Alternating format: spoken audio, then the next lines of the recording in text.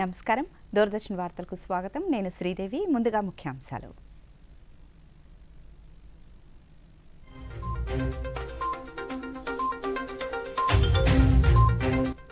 రేపు మహావీర్ జయంతి సందర్భంగా జైన సోదరులకు శుభాకాంక్షలు తెలిపిన రాష్ట్రపతి ద్రౌపది ముర్ము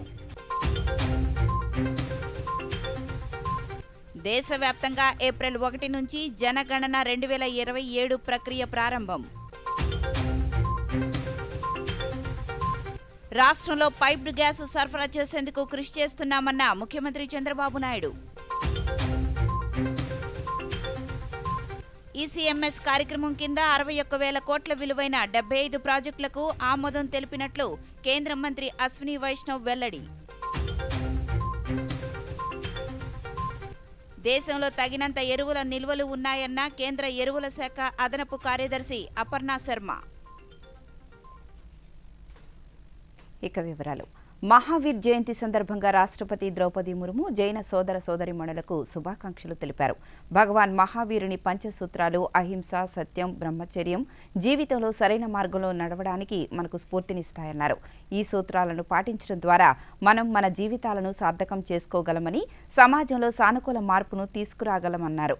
సమాజంలో ప్రబలంగా ఉన్న దురాచారాలకు వ్యతిరేకంగా భగవాన్ మహావీరుడు గళం విప్పి మెరుగైన జీవితానికి మార్గాన్ని చూపించారని రాష్ట్రపతి తన సందేశంలో పేర్కొన్నారు. ఆయన బోధనలు ఎల్లప్పుడూ సందర్భోచితంగా ఉంటాయని, ఆయన సందేశాలను మన జీవితాలలో స్వీకరించి దేశ ప్రగతి కోసం నిరంతరం కృషి చేస్తామని ప్రతిజ్ఞ చేద్దామని కోరారు.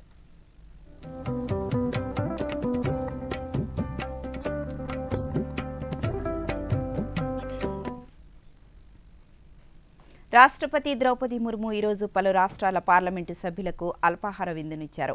ఢిల్లీలోని రాష్ట్రపతి భవన్ కల్చరల్ సెంటర్లో బీహార్, ఛత్తీస్గఢ్, హిమాచల్ ప్రదేశ్, జమ్మూ అండ్ కాశ్మీర్, అస్సాం, అరుణాచల్ ప్రదేశ్, మణిపూర్, మేఘాలయ రాష్ట్రాలకు చెందిన పార్లమెంటు సభ్యులు ఈ అల్పాహార విందులో పాల్గొన్నారు.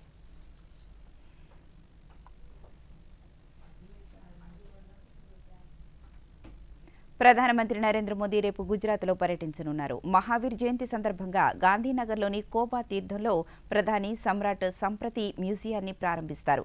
అశోకుని మనువడు, అహింస పట్ల నిబద్ధతకు, జైన మత ప్రచారానికి ప్రసిద్ధి చెందిన జైన సంప్రదాయంలో పూజ్య పురుషుడైన సమ్రాట్ సంప్రతి పేరు మీద ఈ మ్యూజియంను ఏర్పాటు చేశారు. అనంతరం అహ్మదాబాద్లోని సనంద్లో కేమ్స్ సెమీకాన్ ప్లాంట్ను ప్రారంభిస్తారు. తర్వాత వావ్ ధరద్ వేదికగా 20,000 కోట్ల రూపాయలకు పైగా విలువైన పలు అభివృద్ధి ప్రాజెక్టులకు శంకుస్థాపనలు, ప్రారంభోత్సవాలు చేస్తారు.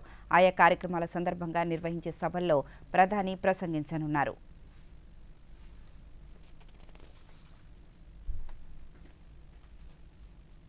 నక్సల్ రహిత భారత నిర్మాణానికి కేంద్రం కట్టుబడి ఉందని కేంద్ర హోంమంత్రి అమిత్ షా అన్నారు.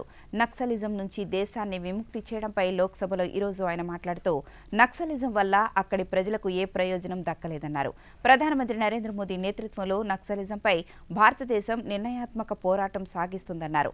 దేశంలో నక్సలిజం దాదాపుగా అంతమైనట్లు పేర్కొన్నారు. బస్తర్లో నక్సలిజం దాదాపుగా అంతమైందని అన్నారు. 2014 నుంచి బస్తర్ అభివృద్ధి చెందుతోందన్నారు. ప్రతి గ్రామంలో ఒక పాఠశాల, ఒక రేషన్ దుకాణం, ఆధార్ కార్డులు జారీ చేస్తున్నట్లు పేర్కొన్నారు. राशन की दुकान खोलने की मुहिम चली, हर तहसील पंचायत में पीएससी सीएससी बने, इनके आधार कार्ड बने, राशन कार्ड बने, 5 किलो अनाज मिल रहा है, गैस के चूल्हे वितरित होते जा रहे हैं। मैं इतना ही पूछना चाहता हूं, नक्सलवाद की जो लोग यहां पर वकीलात कर रहे थे उनको, कि ये 70 से अब तक क्यों नहीं मिला। पूरे देश को तो 2014 में नरेंद्र मोदी जी की सरकार आने के बाद देश के हर गरीब को घर मिला, गैस मिला, शुद्ध पीने का पानी मिला, 5 लाख तक का बीमा मिला, प्रति व्यक्ति प्रति माह 5 किलो अनाज मुफ्त मिला। ये बस्तर वाले क्यों छूट गए थे? मैं इसलिए कहना चाहता हूं मान्यवर कि सत्य को झुठलाया जा रहा है। ये बस्तर वाले इसलिए छूट गए थे कि वहां लाल లోక్సభ స్పీకర్ ఓం బిర్లా ఈరోజు పార్లమెంటు భవనంలో యూరోపియన్ పార్లమెంటులోని భారతదేశ సంబంధాల ప్రతినిధి బృందం అధ్యక్షురాలు ఏంజెలికా నీబ్లర్ ఇతర సభ్యులను కలిశారు. EU పార్లమెంటరీ మైత్రి బృందంకు ఇది మొదటి సమావేశం. ఈ చర్చలు భారతదేశం EU వ్యూహాత్మక భాగస్వామ్య బలాన్ని, ఉమ్మడి విలువల ప్రాముఖ్యతను ప్రముఖంగా చాటి చెప్పాయి.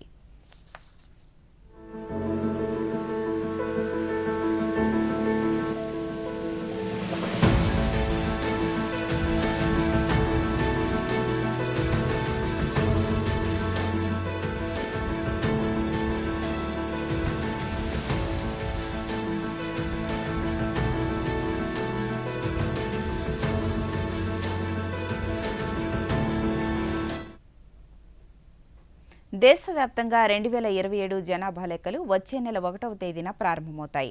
భారత registrar general census commissioner Mrutyunjay Kumar Narayan మీడియాతో మాట్లాడుతూ ఈ ఏడాది ఏప్రిల్ 1 నుండి సెప్టెంబర్ 30 వరకు 30 రోజుల వ్యవధిలో రాష్ట్రాలు, కేంద్రపాలిత ప్రాంతాల ద్వారా ఇళ్ల జాబితా తయారీ కార్యకలాపాలు జరుగుతాయని తెలిపారు.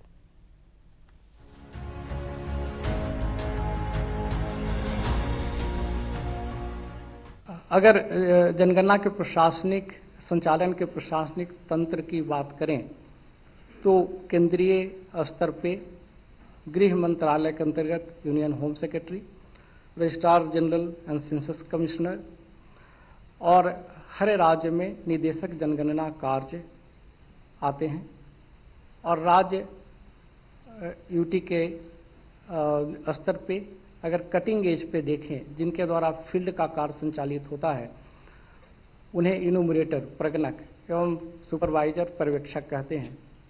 अधिकांशतः स्कूल के शिक्षक और सरकारी कर्मचारी और लोकल बॉडी के कर्मचारी आते हैं जो कि इस कार्य को संपन्न करते हैं.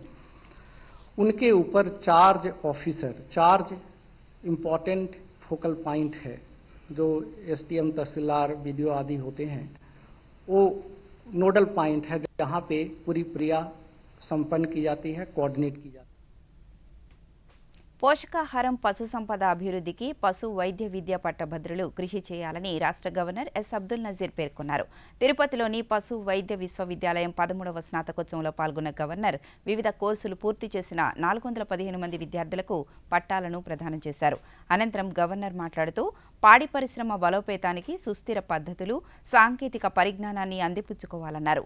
పాడి పరిశ్రమ అభివృద్ధిలో సవాళ్లను స్వీకరించి మార్పులు తీసుకురావాలన్నారు. Education you have received here will guide you with wisdom, confidence and responsibility throughout your journey. Convocation is also an occasion for graduating students to look back. Looking back means that we must have a sense of gratitude to all the people who have contributed to your academic journey. Who are they? Your parents, your teachers and many such individuals. I hope you will spare some thought for them on this day. Yes or no? Convocation provides a memorable occasion to celebrate this intellectual and academic quest of the students and their achievements with family, friends and well-wishers as they get ready for the next phase of their professional career. Looking at the graduating students here today, it is certainly a proud moment for the institution and the faculty and especially the parents. I take this. రాష్ట్రంలో పేదలకు ఉచితంగా ఇళ్ల స్థలాలు అందిస్తామని ముఖ్యమంత్రి నారా చంద్రబాబు నాయుడు పేర్కొన్నారు. తిరుపతి జిల్లా పర్యటనలో భాగంగా నాయుడుపేట మండలం పుదూరు గ్రామంలో పేదల కోసం నిర్మించిన టిట్కో గృహాలను ప్రారంభించి లబ్ధిదారులతో ముఖాముఖి నిర్వహించారు. రాష్ట్ర వ్యాప్తంగా 2,50,893 మంది లబ్ధి పొందనున్నారు. అనంతరం జరిగిన ప్రజావేదిక సభలో ముఖ్యమంత్రి మాట్లాడుతూ 2029 నాటికి అందరికీ ఇళ్లు ఇవ్వాలంటే ఇంకా 17 లక్షల పైచీలకు ఇళ్లు నిర్మించాల్సి ఉందని, ఈ ఏడాది జూన్ నాటికి 2 లక్షల ఇళ్లు, సెప్టెంబర్కు 1,60,000 ఇళ్లలో గృహప్రవేశాలు చేయిస్తామన్నారు. భవిష్యత్తులో పైప్డ్ గ్యాస్ సరఫరా చేస్తామన్నారు. కూడా ఒక సంతోషాన్ని ఇస్తుంది. అలాంటిది ఈరోజు 2,50,000 మంది గృహప్రవేశాలు చేస్తున్నారంటే ఇది ఒక చరిత్ర. కూటమి ప్రభుత్వం వచ్చిన తర్వాత 21 నెలల్లో రెండోసారి ఈ గృహప్రవేశాలు చేస్తున్నాం. ఈరోజు గృహప్రవేశాలు చేసే సోదరులందరికీ అభినందనలు, శుభాకాంక్షలు. నూతనంగా మీకు ఇల్లు వచ్చింది. భవిష్యత్తులో మంచి ముహూర్తం అప్పుడు మీకు హ్యాండ్ ఓవర్ చేశాను. భవిష్యత్తులో అన్ని శుభాలే కలగాలని, మీ జీవితాలు వెలుగులు ఉంచాలని మనస్ఫూర్తిగా సంకల్పిస్తున్నా. ఇళ్ళు అనేటివి మీరు ఒక్కసారి గుర్తుపెట్టుకోవాలి. ఒకప్పుడు పేదవాడు ఉండేది గుడిసెల్లో ఉండేవాళ్ళు. 1984 ఎన్టీ రామారావు గారు ఆలోచించారు, నా పేదవాడు ఉండవలసింది గుడిసెల్లో కాదు, పక్కా ఇంటిలో ఉండాలని. పక్కా ఇళ్ల నిర్మాణానికి శ్రీకారం చుట్టిన యుగ పురుషుడు నందమూరి తారక రామారావు గారు. సమాజంలో ఆర్థిక అసమానతలు తగ్గాలని ముఖ్యమంత్రి నారా చంద్రబాబు నాయుడు అన్నారు. తిరుపతి పద్మావతి మహిళా యూనివర్సిటీలో జరిగిన P4 వార్షికోత్సవ కార్యక్రమానికి ముఖ్యమంత్రి హాజరయ్యారు. ఈ సందర్భంగా ఆయన మాట్లాడుతూ ప్రతి ఒక్కరూ సామాజిక బాధ్యతతో వ్యవహరించాలన్నారు. సమాజం నుంచి లబ్ధి పొందిన వాళ్లు సమాజంలోని అసమానతలు తగ్గించేందుకు ముందుకు రావాలన్నారు. పేదలను ఆదుకునేందుకు ముందుకొచ్చిన మార్గదర్శులను మనస్ఫూర్తిగా అభినందిస్తున్నట్లు తెలిపారు. పేదల జీవన ప్రమాణాలు పెంచాలన్నదే P4 ముఖ్య ఉద్దేశంగా పేర్కొన్నారు. ఈ కార్యక్రమాన్ని ప్రారంభించాం. అయితే ఆ రోజు కూడా నేను ఆలోచించింది, పేదరికం లేని సమాజం కోసం మొదలుపెట్టిన మహాయజ్ఞానికి ఇప్పటికి కరెక్ట్గా సంవత్సరం అయింది. నిస్వార్థంగా సేవ చేసిన వారందరికీ ఈరోజు కొన్ని ఎగ్జాంపుల్ చూస్తే చాలా ఇన్స్పైరింగ్గా ఉన్నాయి, చాలా ఉద్వేగంగా కూడా ఉన్నాయి. అలాంటి విజయవంతమైన సేవలు చేసినటువంటి వాళ్ళందరూ కూడా మనస్ఫూర్తిగా శిరస్సు వంచి ఆ సేవకులందరినీ మనస్ఫూర్తిగా అభినందిస్తున్నా, పాదాభివందనం చేస్తున్నానని చెప్పి కూడా నేను మీకు తెలియజేస్తున్నా. పేదల్ని ఆదుకునే P4 కార్యక్రమాన్ని ఇంత విజయం చేయడం, నేను చాలా కార్యక్రమాల్లో ఎప్పటికప్పుడు పార్టిసిపేట్ చేస్తాను, కానీ ఈ కార్యక్రమంలో ఇచ్చినంత తృప్తి, ఆనందం ఏ కార్యక్రమంలో రాలేదు. మావోయిస్టు పార్టీ కేంద్ర కమిటీ సభ్యుడు, ఏఓబీ స్పెషల్ జోనల్ కమిటీ కార్యదర్శి చెల్లూరి నారాయణరావు ఎలియాస్ సోమన్న ఆంధ్రప్రదేశ్ పోలీసుల ఎదుట ఈరోజు లొంగిపోయారు. ఆయనతో పాటు special zonal committee, divisional, area కమిటీలకు చెందిన మావోయిస్టులు లొంగిపోయినట్లు డీజీపీ హరీష్ కుమార్ గుప్తా తెలిపారు. ఆ మావోయిస్టుల నుంచి భారీగా ఆయుధ డంపు స్వాధీనం చేసుకున్నట్లు తెలిపారు.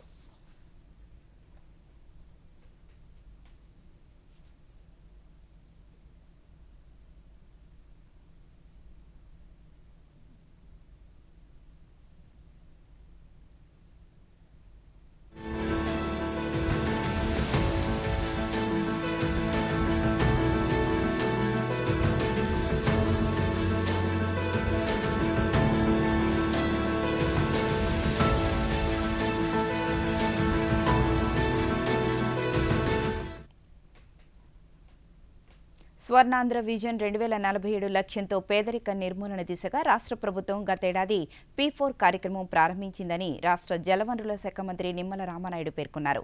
తూర్పుగోదావరి జిల్లా రాజమహేంద్రవరంలోని కలెక్టరేట్ కార్యాలయంలో జిల్లా కలెక్టర్ కీర్తి చేకూరి అధ్యక్షతన జరిగిన P4 వార్షికోత్సవ కార్యక్రమంలో ఆయన ముఖ్య అతిథిగా పాల్గొన్నారు. ఈ సందర్భంగా మంత్రి మాట్లాడుతూ ప్రజలు, పారిశ్రామికవేత్తలు, ఎన్ఆర్ఐల సాయంతో రాష్ట్రంలో పేదరికతను నిర్మూలించే దిశగా P4 నిలిచిందన్నారు. అలాగే శ్రీ సత్యసాయి జిల్లా పుట్టపర్తిలోని సాయి ఆరామంలో P4 మొదటి వార్షికోత్సవాన్ని నిర్వహించారు. జిల్లా కలెక్టర్ ఏ శ్యాంప్రసాద్, స్థానిక శాసనసభ్యురాలు పల్లె సింధూరారెడ్డిలు ముఖ్య అతిథులుగా పాల్గొన్నారు. సమాజ సేవలో చురుగ్గా పాల్గొంటూ ఇతరులకు మార్గదర్శకులుగా నిలిచిన బంగారు కుటుంబాలకు ఈ వేదికపై ప్రశంసా పత్రాలను అందజేశారు. ఈ సందర్భంగా శాసనసభ్యురాలు పల్లె సింధూరారెడ్డి మాట్లాడుతూ సమాజంలోని నిరుపేద కుటుంబాలకు ఆర్థికంగా, సామాజికంగా అండగా నిలవాలని గొప్ప సంకల్పంతో ఈ కార్యక్రమాన్ని ప్రభుత్వం ప్రారంభించినట్లు తెలిపారు. రాష్ట్రంలోని పేదల పరిస్థితిని గమనించిన ముఖ్యమంత్రి శ్రీ నారా చంద్రబాబు నాయుడు గారు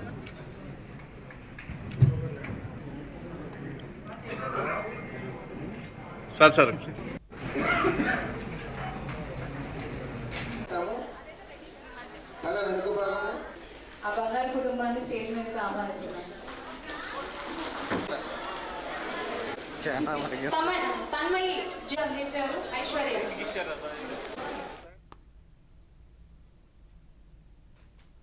ఇప్పుడు ప్రకటనలు.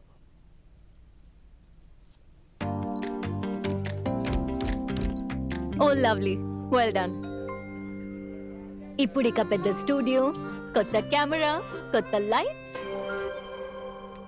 పనిలో పని కొత్త కార్ కూడా తీసుకో, అదే లోన్తో. నో, లోన్ ఏ పని కోసం తీసుకున్నావో దానికే వాడుకో. టైంకి ఈఎంఐ చెల్లించండి, క్రెడిట్ స్కోర్ పెంచుకోండి, ఇంకోసారి లోన్ సులభంగా పొందండి. కార్ వద్దంటే కనీసం నా ఫోటోనైనా తీ. మీరెవరు? ఆర్బీఐ అంటోంది, పొదుపు చేసే వనిత సాధిస్తుంది ఘనత.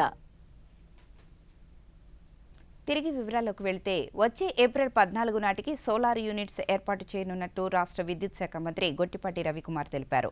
పశ్చిమ గోదావరి జిల్లా భీమవరం సమీపంలోని కోవ్వాడ ఎస్సీ కాలనీలో ప్రధానమంత్రి సూర్యఘర్ ముఫ్త్ బిజిలీ యోజన పథకాన్ని కేంద్ర ఉక్కు భారీ పరిశ్రమల శాఖ సహాయ మంత్రి భూపతిరాజు శ్రీనివాసవర్మతో కలిసి ప్రారంభించారు. ఈ సందర్భంగా మంత్రులు మీడియాతో మాట్లాడుతూ రాష్ట్ర వ్యాప్తంగా అంబేద్కర్ జయంతి నాటికి ప్రతి శాసనసభ నియోజకవర్గంలో 4000 కనెక్షన్లు ఇచ్చేందుకు అన్ని చర్యలు తీసుకుంటున్నామని తెలిపారు.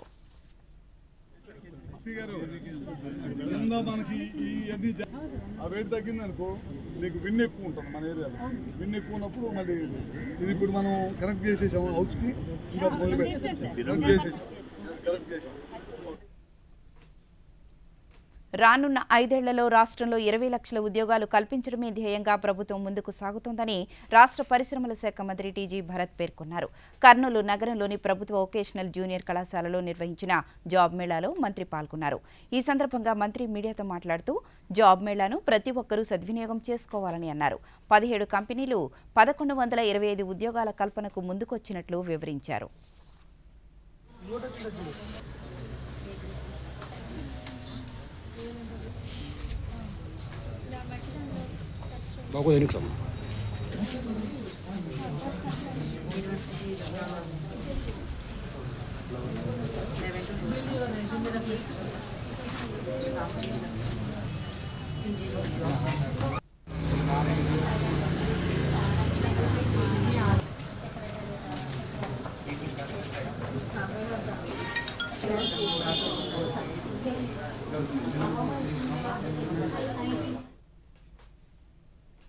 ప్రతి పేదవానికి సొంతింటి కలను నెరవేర్చేందుకు కేంద్ర రాష్ట్ర ప్రభుత్వాలు కృషి చేస్తున్నాయి. పీఎంఏవై 2.0 ఎన్టీఆర్ హౌసింగ్ క్రింద పూర్తయిన 2,50,000కు పైగా గృహాలను జిల్లాలలో ఈరోజు మంత్రులు, ప్రజాప్రతినిధులు లబ్ధిదారులకు అందించారు.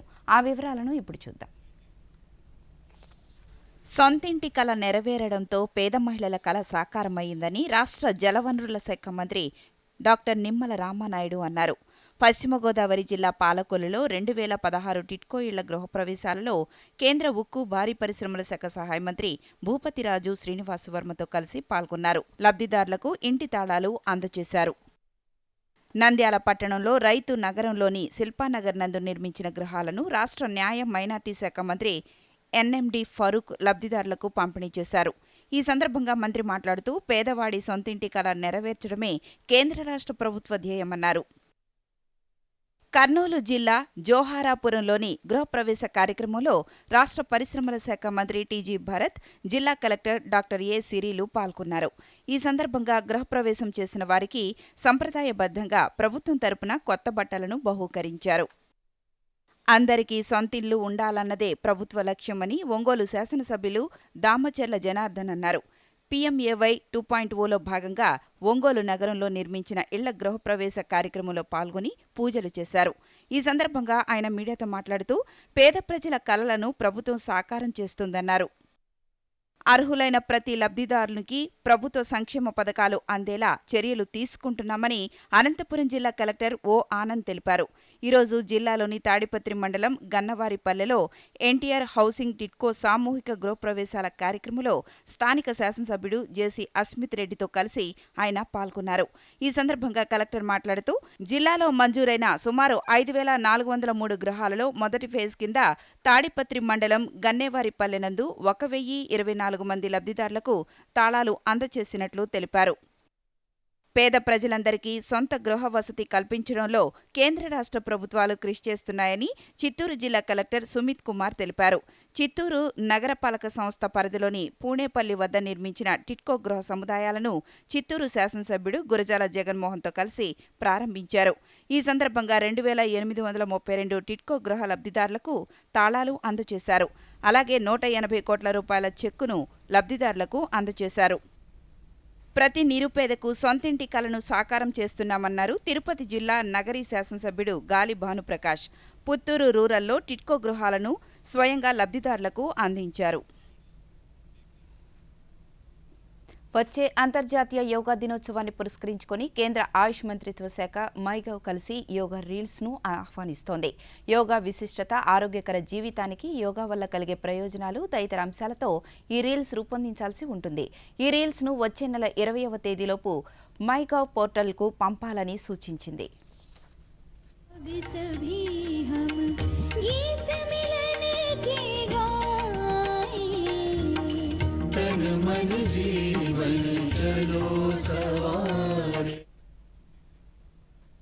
Electronics component manufacturing scheme ECMS ద్వారా 61,000 కోట్ల విలువైన 75 ప్రాజెక్టులకు ఆమోదం లభించిందని కేంద్ర ఎలక్ట్రానిక్స్, సమాచార సాంకేతిక శాఖ మంత్రి అశ్విని వైష్ణవ్ తెలిపారు. న్యూఢిల్లీలో ఈరోజు ఆయన మీడియాతో మాట్లాడుతూ ఈసీఎంఎస్ కింద వచ్చిన దరఖాస్తుల తదుపరి విడతకు ఆమోదం లభించడాన్ని భారతదేశ ఎలక్ట్రానిక్స్ తయారీ ప్రస్థానంలో ఒక కీలక మైలురాయిగా వర్ణించారు. ఈ పెట్టుబడుల ద్వారా దాదాపుగా 65,000 ప్రత్యక్ష ఉద్యోగాలు లభిస్తాయని అన్నారు. We will have to build in-house design capability. Whether it is one designer, two designers, whether it is in collaboration with any other company, or in collaboration with any university or collaboration with any other structure, but we have to have significantly deep design capabilities, and there is no way out of that. That is the learning curve we must climb. Then only our country will become really the hub or the ప్రపంచవ్యాప్తంగా అనిశ్చితి నెలకొన్నప్పటికీ భారత ఆర్థిక వ్యవస్థ పునాదులు బలంగా ఉన్నాయని కేంద్ర ఆర్థిక మంత్రి నిర్మలా సీతారామన్ అన్నారు. ఈరోజు లోక్సభలో ప్రశ్నోత్తరాల సమయంలో సభ్యులు అడిగిన ప్రశ్నలకు మంత్రి సమాధానమిస్తూ ప్రపంచవ్యాప్త అనిశ్చితి కారణంగా ప్రపంచవ్యాప్తంగా ఉన్న కరెన్సీలన్నీ తీవ్ర ఒడిదుడుకులకు లోనవుతున్నాయన్నారు. మారకపు రేటు ఒత్తిళ్లను ఎదుర్కొంటున్న దేశం భారతదేశం మాత్రమే కాదని ఆర్థిక మంత్రి తెలిపారు. मैं इसमें ध्यान से पॉइंट्स रखना चाहती हूँ sir. Fugitive Economic Offenders Act 2018 enacted to deter economic offenders from evading Indian law by staying abroad. That law was enacted in 2018. Applicable to offences involving 100 crores or more. Every case which is 100 crores or more comes where we apply this.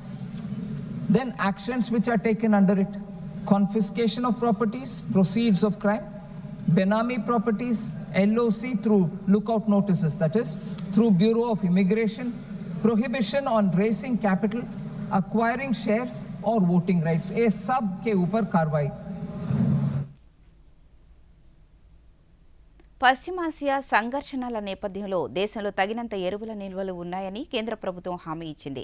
న్యూఢిల్లీలో పశ్చిమాసియాలోని తాజా పరిణామాలపై జరిగిన అంతర్ మంత్రివర్గ సమావేశంలో ఎరువుల శాఖ అదనపు కార్యదర్శి అపర్ణ శర్మ మాట్లాడుతూ దేశంలోని యూరియా యూనిట్లు ప్రస్తుతం 80% సామర్థ్యంతో ఉత్పత్తి చేస్తున్నాయని తెలిపారు. ఖరీఫ్ సీజన్లో దేశానికి 390 టన్నుల ఎరువులు అవసరమని ఆమె చెప్పారు. గల్ఫ్ దేశాలతో పాటు ఇతర దేశాల నుండి కూడా సరఫరాను వైవిధ్యపరచడానికి ప్రయత్నాలు జరుగుతున్నాయని పేర్కొన్నారు. जो गैस सप्लाई है जो हमारी प्रभावित हुई थी 60% हो गई थी, जो धीरे धीरे बढ़ के 65 हुई और अब 80% तक हो गई है, जो कि हमने एम्पावर्ड पूल मैनेजमेंट कमेटी के माध्यम से हमने स्पॉट बेसिस पे टेंडर किए और हमें हमारा अच्छा प्रोडक्शन 80% तक हो गया है सभी यूरिया यूनिट्स में. कोई भी यूरिया यूनिट जो थोड़ी देर के लिए शट डाउन हुए भी थे, जो कि एनुअल शट डाउन होता है उनका, वो वापस उन सभी को गैस सप्लाई शुरू.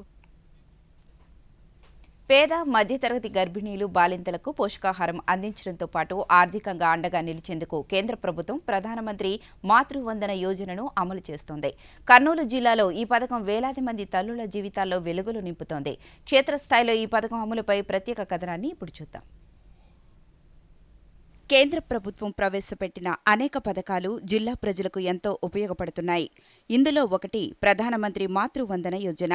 పనికి వెళ్లే గర్భిణీలు విశ్రాంతి తీసుకునే సమయంలో వారికి కలిగే వేతన నష్టాన్ని భర్తీ చేయడమే ఈ పథకం ముఖ్య ఉద్దేశం. కర్నూలు జిల్లాలో ఈ పథకం అత్యంత సమర్థవంతంగా సాగుతోంది. జిల్లాలో ప్రస్తుతం 13,000 మంది గర్భిణీలు 18,000 మంది పాలిచ్చే తల్లులు ఉన్నట్లు గణాంకాలు చెప్తున్నాయి.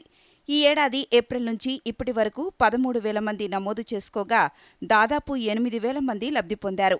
జిల్లా వ్యాప్తంగా మొత్తం 28,493 మంది ఈ పథకం ద్వారా ప్రయోజనం పొందారని అధికారులు తెలిపారు. దీని ద్వారా మనకు గర్భవతులు, బాలింతలు కూడా లబ్ధి పొందుతూ ఉన్నారు. దీని యొక్క ముఖ్య ఉద్దేశం, ఈ పథకం యొక్క ముఖ్య ఉద్దేశం ఏంటి అంటే గర్భవతులు విశ్రాంతి సమయంలో కూడా వారికి ఆర్థిక సహాయం అందించడం ఒకటి, అలాగే తల్లి బిడ్డ సంరక్షణ ఒకటి, అలాగే అమ్మాయిల్ని ప్రోత్సహించడం అన్నమాట. ఈ 3 ఈ పథకం యొక్క ముఖ్య ఉద్దేశాలుగా మనం చెప్పుకోవచ్చు. దీనికి అర్హులు వచ్చేసి ముఖ్యంగా గర్భిణీలు అలాగే బాలింతలు ఉంటారు. కంపల్సరీ 19 సంవత్సరాలు పూర్తి అయ్యి ఉండాలి. అలాగే గవర్నమెంట్ ఎంప్లాయీ అయి ఉండకూడదు అన్నమాట. గర్భవతిగా ఉన్న సమయంలో కేంద్ర ప్రభుత్వం ఇచ్చిన ఈ డబ్బులు కొండంత అండగా నిలిచాయని, ఆర్థిక ఇబ్బందులు లేకుండా ప్రసవ సమయాన్ని దాటగలిగినందుకు చాలా సంతోషంగా ఉందని లబ్ధిదారులు తెలిపారు. అంగన్వాడీ అమౌంట్ 6,000 పడ్డాయి. పాప హెల్త్ ఇష్యూస్కి కానీ పాలు కానీ నేను యూజ్ చేసుకున్నాను. ఇక్కడ ఇచ్చే ప్రోటీన్స్ అవన్నీ తినడం వల్ల పాపకు కూడా పాలు బాగా వచ్చాయండి. ప్రధానమంత్రి గారికి చంద్రబాబు నాయుడు గారికి చాలా ధన్యవాదాలు. ప్రధానమంత్రి మాతృవందన యోజన పథకం మాకు అందింది. దీని ద్వారా నేను ప్రెగ్నెంట్గా ఉన్నప్పుడు 7 monthsలో 3,000 పడినాయి. డెలివరీ అయినాక 2 monthsకి 2,000 పడినాయి. దీని ద్వారా నా పిల్లలకు కానీ నాకు కానీ ఏదైనా హెల్త్ ఇష్యూస్కి కానీ ప్రోటీన్కి కానీ చాలా సహాయపడినాయి. ఆరోగ్యవంతమైన తల్లి బిడ్డలే లక్ష్యంగా సాగుతున్న పీఎం మాతృవందన యోజన మహిళా సాధికారతకు ఒక నిలువుటద్దంగా నిలుస్తోంది. కర్నూలు జిల్లాలో అధికారుల కృషి, అంగన్వాడీ సిబ్బంది అంకితభావంతో ఈ పథకం విజయవంతంగా ముందుకు సాగుతోంది. అంతర్జాతీయంగా ఉద్రిక్తతలు, ముడి చమురు ధరల పెరుగుదల మధ్య భారత రూపాయి కనిష్ట స్థాయికి చేరుకుంది. అయితే రిజర్వ్ బ్యాంక్ ఆఫ్ ఇండియా చేపట్టిన అత్యవసర చర్యల వలన రూపాయి కొంత కోలుకున్నప్పటికీ మార్కెట్లలో అనిశ్చితి కొనసాగుతోంది. ట్రేడింగ్లో రూపాయి విలువ చరిత్రలో మొదటిసారిగా డాలర్తో పోలిస్తే 95 మార్కును దాటింది. అయితే ఆర్బీఐ బ్యాంకులపై విదేశీ మారక ద్రవ్య నిబంధనలను కఠినతరం చేయడంతో రూపాయి విలువ అమెరికన్ డాలర్తో పోలిస్తే గణనీయంగా పుంజుకుంది.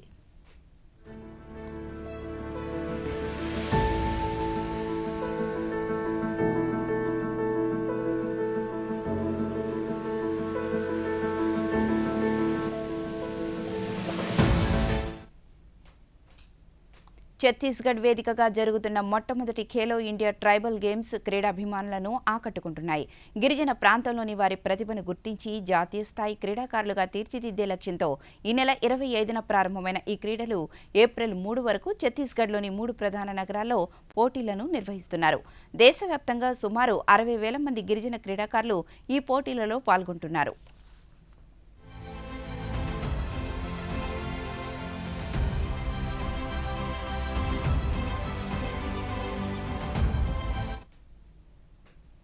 పశ్చిమ విదర్భ నుంచి దక్షిణ తమిళనాడు వరకు ద్రోణి విస్తరించి ఉంది. దీనికి తోడు తూర్పు గాలులు ద్రోణి, కొమరిన్ ప్రాంతం నుంచి తమిళనాడు, పుదుచ్చేరి, కారైకల్, దక్షిణ అంతర కర్ణాటక మీదుగా ఉత్తర అంతర కర్ణాటక వరకు విస్తరించి ఉంది. వీటి ప్రభావంతో రాష్ట్రంలో పలుచోట్ల తేలికపాటి నుంచి మోస్తరు వర్షాలు కురిసే అవకాశం ఉందని అమరావతిలోని భారత వాతావరణ కేంద్రం అధికారులు తెలిపారు. ఇదే సమయంలో గంటకు 40 నుంచి 50 కిలోమీటర్ల వేగంతో ఎదురుగాలులు వీచే అవకాశం ఉందని పేర్కొన్నారు.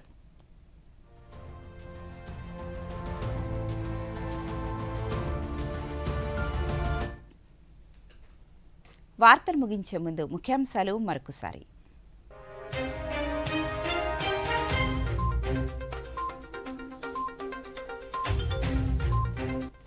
రేపు మహావీర్ జయంతి సందర్భంగా జైన సోదరులకు శుభాకాంక్షలు తెలిపిన రాష్ట్రపతి ద్రౌపది ముర్ము. దేశవ్యాప్తంగా ఏప్రిల్ 1 నుంచి జనగణన 2027 ప్రక్రియ ప్రారంభం.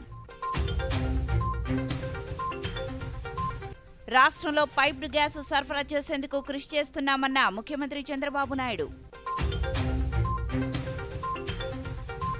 ఈసీఎంఎస్ కార్యక్రమం కింద 61,000 కోట్ల విలువైన 75 ప్రాజెక్టులకు ఆమోదం తెలిపినట్లు కేంద్ర మంత్రి అశ్విని వైష్ణవ్ వెల్లడి. దేశంలో తగినంత ఎరువుల నిల్వలు ఉన్నాయన్న కేంద్ర ఎరువుల శాఖ అదనపు కార్యదర్శి అపర్ణ శర్మ.